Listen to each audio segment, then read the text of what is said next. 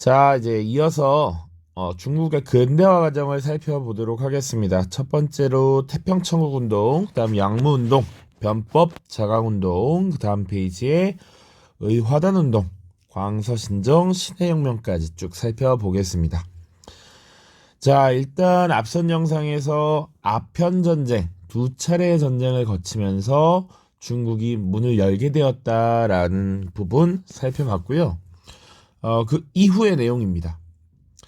자, 태평천국 운동. 일단 시기적으로 좀 봐둬야 하는데, 1차 편전쟁이 1840년부터 42년까지 였었고요. 그리고 2차 편전쟁은 56년에 시작이 됩니다. 그래서 사실은 1차 아편전쟁과 2차 아편전쟁 사이에 중간 시기에 태평천국 운동이 발발했다라는 거 하나 기억을 해두시고 보도록 하겠습니다. 배경 보시면 아편전쟁에서 지속적으로 패배하면서 사실은 이 동아시아 지역에서 패권 국가라고 할 수 있었던 청나라 정부의 권위가 굉장히 실추되었다라고 하는 게 하나죠. 자, 그리고 그 과정에서 전쟁에서 패배하면 배상금도 지불하고요. 외국 상품이 들어오게 되면서 이런 민중들의 삶이 더더욱 어려워지는 이런 모습들이 나타납니다. 그것이 조세 부담의 증가라는 것이 가장 단편적이라고 볼 수 있어요. 자, 그리고 점차 이제 크리스트교가 확산되는 과정이었죠. 자, 그 당시에 홍수전이라고 하는 인물이 크리스트교 신앙을 바탕으로 해서 상제회 혹은 배상제회라고 하는 것을 조직합니다. 온전한 크리스트교라고 보기는 어렵고요. 일종의 변종, 이단이라고 볼 수 있는데 이 상제회 조직을 통해서 세력을 확장하고 태평천국의 건설을 선언합니다. 시작은 광시성 진텐춘이라는 곳에서 시작을 해요. 이것 자체를 뭘 암기해야 되는 것은 아니지만 알면 조금 더 편리하다. 문제를 풀 때도. 자, 1851년 그래서 광시성에서 봉기를 일으킨 이 태평천국군은 점차 세력을 확대했고요. 난징을 점령하고 수도로 삼았습니다. 그리고 강남 지역을 근거지로 세력을 확대했고 이들이 내세운 구호는 멸만흥한이었습니다. 자, 만주족 국가인 청나라 멸망시키고 한족의 국가를 다시 부흥시키자 이런 의도였다라고 보시면 됩니다. 자, 그리고 이들은 이런 구호와 함께 민중들의 지지를 얻을 수 있는 개혁 정책을 제시했는데 대표적인 것이 천조전무제도라는 겁니다. 토지를 균등하게 분배하겠다라는 점이에요. 당시 중국은 대부분이 농업에 종사하는 사람들이었기 때문에 이 농민들이 자기 땅을 가지고 안정적으로 생활을 영위할 수 있게 하는 것이 핵심적이었다. 그래서 토지를 균등하게 분배하는데 심지어 여성에게도 토지를 분배했습니다. 자, 그리고 전통적으로 만주족의 풍습이었던 변발 이런 거 금지했고요. 그리고 발이 작아야 예쁘다라는 인식이 있어서 여성들의 발을 성장하지 못하게 만드는 전족이라고 하는 풍습이 있었습니다. 이런 것도 금지시켜버렸다. 자, 그러면 이런 태평천국운동은 어떻게 끝나게 되었는가? 자, 초기에는 이 청나라 정부가 이것을 모두 감당하기 어려웠던 것 같습니다. 그러니까 10여 년 이상의 시간이 흘렀겠죠.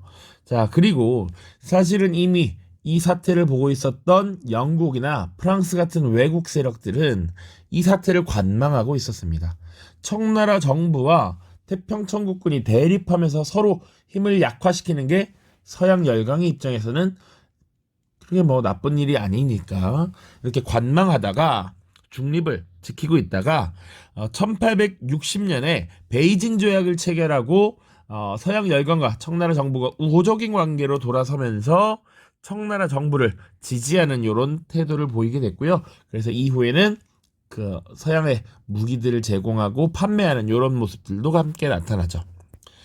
자, 그리고 향용의 반격이라는 표현을 기억해 두시기 바랍니다. 선지에도 많이 등장을 하는데 당시 한인 관료들이 구성한 나름 우리 한국사에서 다뤘던 의병 비슷하게 생각하면 될 것 같습니다.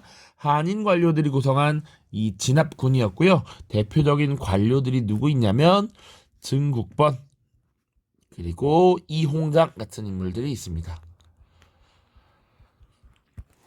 자, 이들이 향용 혹은 뭐 단련 이런 것들을 조직해서 당시에 태평천국 운동을 진압하는 데 앞장섰다. 그리고 태평천국 내부에서도 분열이 일어납니다. 홍수전이라고 하는 이 상징적 인물이 죽고 난 이후에 세력 다툼이 벌어져요. 자, 그리고 태평천국 운동이 미친 또 하나의 영향을 보시면 이 과정에서 서양 무기의 우수성을 인식하게 되었죠. 자, 이것이 양무 운동을 또 자극하기도 했습니다. 물론 태평천국 운동의 진압 과정에서만 본 건 아니고 두 차례 아편 전쟁에서도 함께 봤겠죠. 자, 양무 운동을 자극했다. 자, 그래서 다음 주제는 바로 양무 운동입니다. 자, 1861년부터 94년까지라고 되어 있습니다. 장장 34년간 이루어진 개혁 조치인데, 자, 왜 그러면 이런 양무운동이라고 하는 근대화 정치 등장했는가? 방금도 얘기했지만 아편전쟁과 태평천국운동을 거치면서 서양의 과학기술과 무기의 우수성을 인식했다라는 겁니다. 그리고 이것을 주도했던 세력은 한인 출신 관료였던 증국번과 이홍장이었어요. 이들이 아까도 얘기했지만 태평천국운동을 진압을 주도했다 이렇게 얘기했습니다. 자, 그래서 양무운동이 어떻게 추진되었느냐? 자, 1860년대 이 두 차례 아편전쟁 이후에 서구 열강을 전담하는 기구를 설치합니다. 자, 서구 열강을 전담으로 상대하는 총리아문이라고 하는 기구를 설치하고요. 이후에 이들로부터 발달된 기술 받아들이면서 근대화 정책이 본격화되었다라고 보시면 되겠습니다. 자, 그리고 중체서용이라는 것을 바탕으로 부국강병을 추진했어요. 그럼 중체서용이 뭐냐? 자, 체는 몸체입니다. 몸. 중국의 몸을 가지고 서양의 기술을 받아들인다라는 겁니다. 근본은 중국의 것을 그대로 두고 그리고 서양의 과학기술, 신무기 이런 것들을 적극적으로 받아들이겠다라는 것이었죠. 그래서 어떤 것들을 했느냐? 군수공업을 육성하고 서양식 군 시스템을 들여오죠. 육군과 해군의 창설, 그리고 신식학교의 설립, 그리고 해외에 유학생을 파견하는 이런 모습들이 나타납니다. 특히 이들은 강력한 군사력의 확보를 중점에 두었는데 특히나 이제 청일전쟁 당시에서 이 중국의 가장 세력이 강했던 북양함대라고 하는 것이 있어요. 이홍장이 이끌었는데 이 북양함대가 나중에 청일전쟁에서 패배하면서 이 양무운동이 성공적이지 못했다라고 한계를 느끼고 끝나게 됩니다. 그래서 결과 보시면 자, 이 양무운동이라고 하는 것 자체가 중앙정부의 체계적인 계획 없이 지역별로 분산 추진되면서 뭔가 제대로 된 성과를 내기 어려웠다라는 겁니다. 단적인 예로 근대화 시설을 설립하면 그 지역의 생산 기반으로 두고 지역 기반으로 두어야 하는데 이것을 다시 지방관의 부임에 따라서 옮겨가는 이런 모습들이 나타났다는 것이죠. 그러면 다시 지역 기반이 무너지죠. 그러니까 이런 것들이 좀 한계가 많았다라고 보시면 되겠습니다. 그런 한계가 여지없이 드러났던 것이 두 차례의 전쟁입니다. 청푸전쟁과 청일전쟁인데요. 자, 분명히 서양의 과학기술 무기를 받아들였으면 그것이 성과가 나야 되는데 두 차례의 전쟁에서 패배해버립니다. 자, 청푸전쟁은 선생님이 여기 연도를 적어놓지 않았는데 1884년, 85년이 되겠고요. 왜 프랑스랑 전쟁을 벌였느냐? 분명히 약 30여 년 전에 1856년에 2차 아편전쟁에서 싸워봤던 상대잖아. 그런데 왜 그랬느냐? 당시 프랑스가 베트남 지역에 대한 지배권을 행사하려고 하자 자신의 조공국이었던 베트남에 대한 영향력을 뺏기지 않으려고 했죠. 자, 그래서 이때 전쟁이 일어나게 됐고요. 당연히 프랑스가 승리했고 이때 그 결과로 체결했던 조약이 텐진 조약입니다. 사실상 베트남을 프랑스가 갖는 것을 승인을 해줬던 것이죠. 조금 더 중요한 것은 청일전쟁입니다. 본격적이라는 표현보다는 이제 진짜 양문동이 의미가 없구나, 한계에 부딪혔구나 라는 걸 드러낸 것이야. 자, 청일전쟁은 조선에 대한 주도권이었죠. 조선에 대한 주도권이었고, 그 전쟁의 결과 시모노세키 조약이라는 것을 체결했습니다. 이때 열심히 훈련을 시켰던 이홍정의 북양함대가 대패하고요. 그래서 이 시모노세키 조약 자체도 청나라 황제로부터 권한을 위임받은 이홍장과 우리도 잘 알고 있는 이토 히로부미가 이 조약을 체결하게 됩니다. 이때 조선에 대한 종주권을 상실하게 되죠. 자, 됐죠? 양무운동입니다. 2차 아편전쟁을 패배하고 베이징 조약을 체결한 이후에 본격적으로 근대화 운동이 시작되었고, 그리고 이 청일전쟁의 패배로 끝이 나버렸다. 자, 그 이후에 그러면 아시아의 패권 국가였던 이 중국이 왜 일본에게 패배했는가, 이런 내부적인 고뇌들이 있었겠죠. 반성들이 있었을 겁니다. 자, 그 결론은 뭐였냐면, 서양의 무기, 과학기술 등 이런 기술만 받아들이는 것이 아니라 그들의 정신, 제도 전반을 받아들였어야 한다. 그렇게 강해져야 한다라고 했던 것이 변법 자강 운동이에요. 여기서 법이란 제도를 말하는 것이고, 제도를 변화시켜서 스스로 강해져야 된다라는 의도입니다. 연도도 좀 알고 계셔야 돼. 1898년입니다. 배경 보시면 청일전쟁 패배로 시모노세키 조약을 체결했고요. 이때 조선에 대한 종주권도 상실하고 타이완을 넘겨줬습니다. 심지어 원래는 랴오둥반도도 일본에 넘기는 것으로 했으나 이 러시아를 비롯한 삼국 간섭에 의해서 물론 저지되었습니다. 자, 그리고 이 시기에 중국에 들어와 있는 서구 열강들이 중국으로부터 각종 이권을 빼앗아 가려는 이런 모습들을 보이죠. 그러다 보니 중국인의 위기의식이 강화되었습니다. 자, 사실 이 시기면 이미 인도는 영국의 지배하에 들어가게 되고요. 베트남, 라오스, 캄보디아, 이미 인도차이나 연방이 구성되었던 시기이죠. 그러니까 주변의 여러 나라들이 지금 서구 열강의 식민지화되고 있는데 우리도 그렇게 될지 모른다라고 하는 위기의식이 커졌다라는 겁니다. 자, 그래서 싹 다 바꿔야 한다라는 주장이 나타났고요. 이것을 주장했던 인물들이 캉요웨이와 량치차오 같은 인물입니다. 자, 이들은 사실은 지방의 작은 성에서부터 개혁 조치를 시행했다가 이것을 전국화하는 데 일조를 했고요. 이들이 당시 황제였던 광서제에게 상소를 올리고 광서제가 그것을 받아들이는 형태로 이 변법 자강 운동이 시작되었다라고 보면 되겠습니다. 그래서 어느 정도 광서제의 신임을 얻었기 때문에 그래서 도움을 받았다라고 하는 것이 기본적인 주도 세력의 서포터였다라는 것이죠. 자, 그래서 이들은 주로 입헌군주제를 지향했습니다. 입헌군주제란 의회를 개설하고 법에 의한 국가 통치, 이것을 기본으로 하겠다라는 것이죠. 자, 그래서 이 광서제의 도움을 받아서 강요웨이, 량치차오가 적극적인 개혁 조치들을 취하게 됩니다. 그것을 무술년에 있었던 제도개혁이라고 해서 무술변법이라고도 불러요. 이들은 그들을 패배시켰던 일본의 메이지 유신을 모방해서 근대화 개혁을 추진합니다. 이것을 문명개화라고 하기도 해요. 이들의 핵심은 뭐였느냐? 제도국을 설치하고 입헌군주제를 추진하려는 것이었다.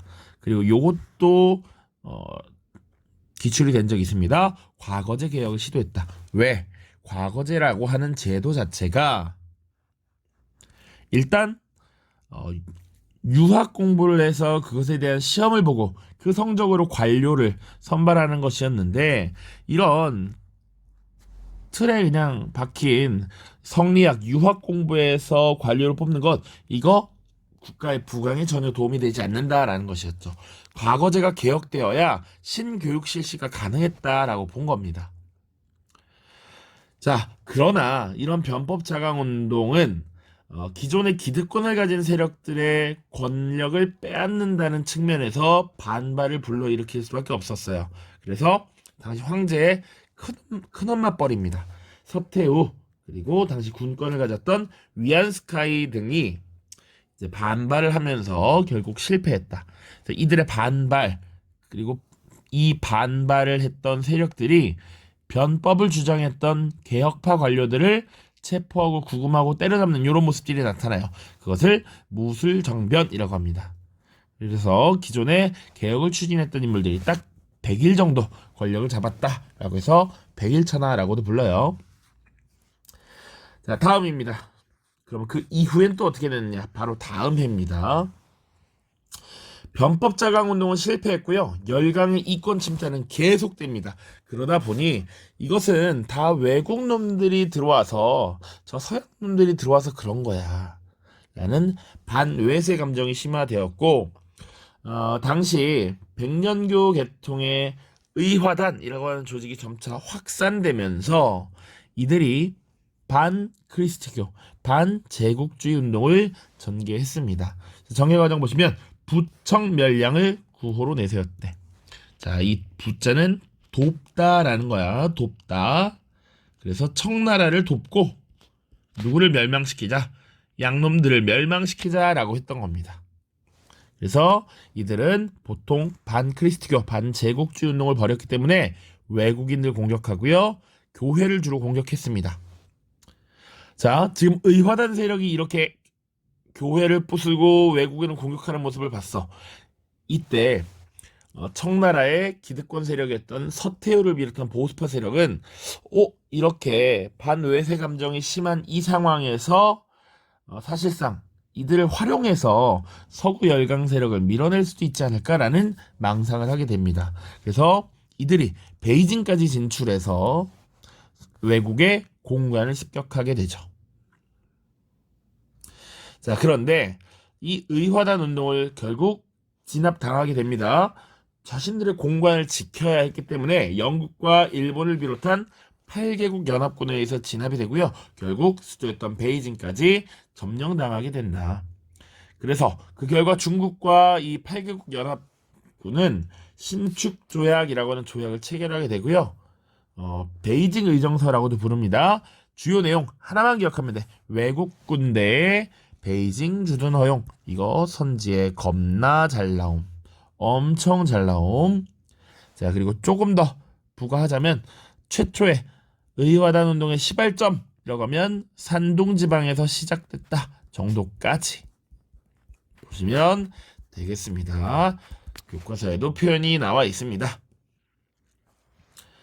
자, 결국 의화단 운동이 8개국 연합국에 의해서 진압당하고 다시 한번 중국은 탈탈탈 털립니다.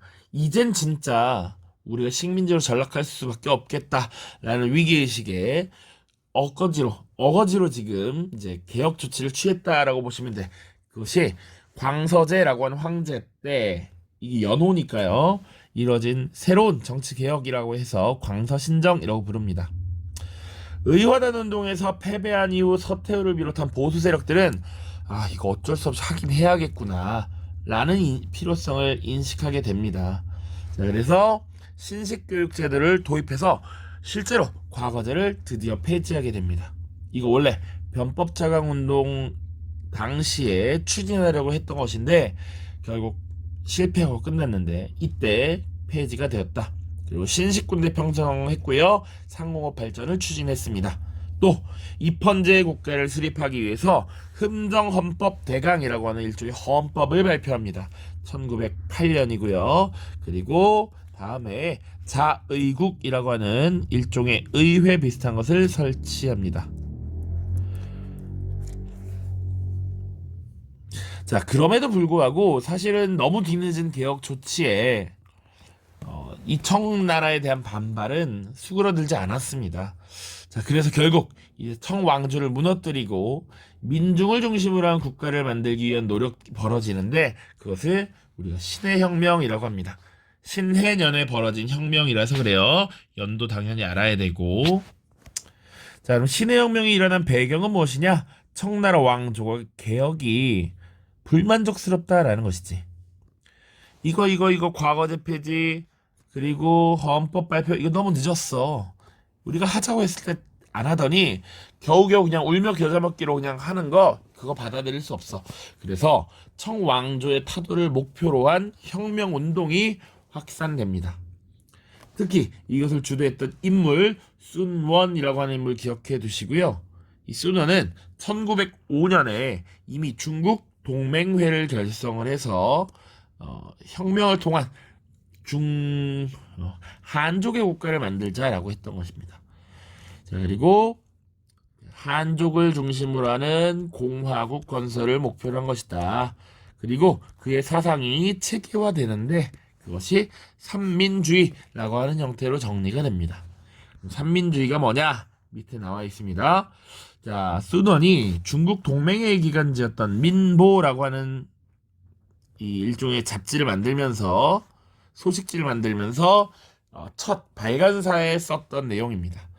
자, 그래서 나는 유럽과 미국의 발전이 쭉쭉쭉쭉쭉 보세요. 그래서 삼민이라고 하는 것은 민족, 민권, 민생이고 각각 왜 이런 것들이 등장하게 되었는지 본인의 생각을 밝히고 있습니다.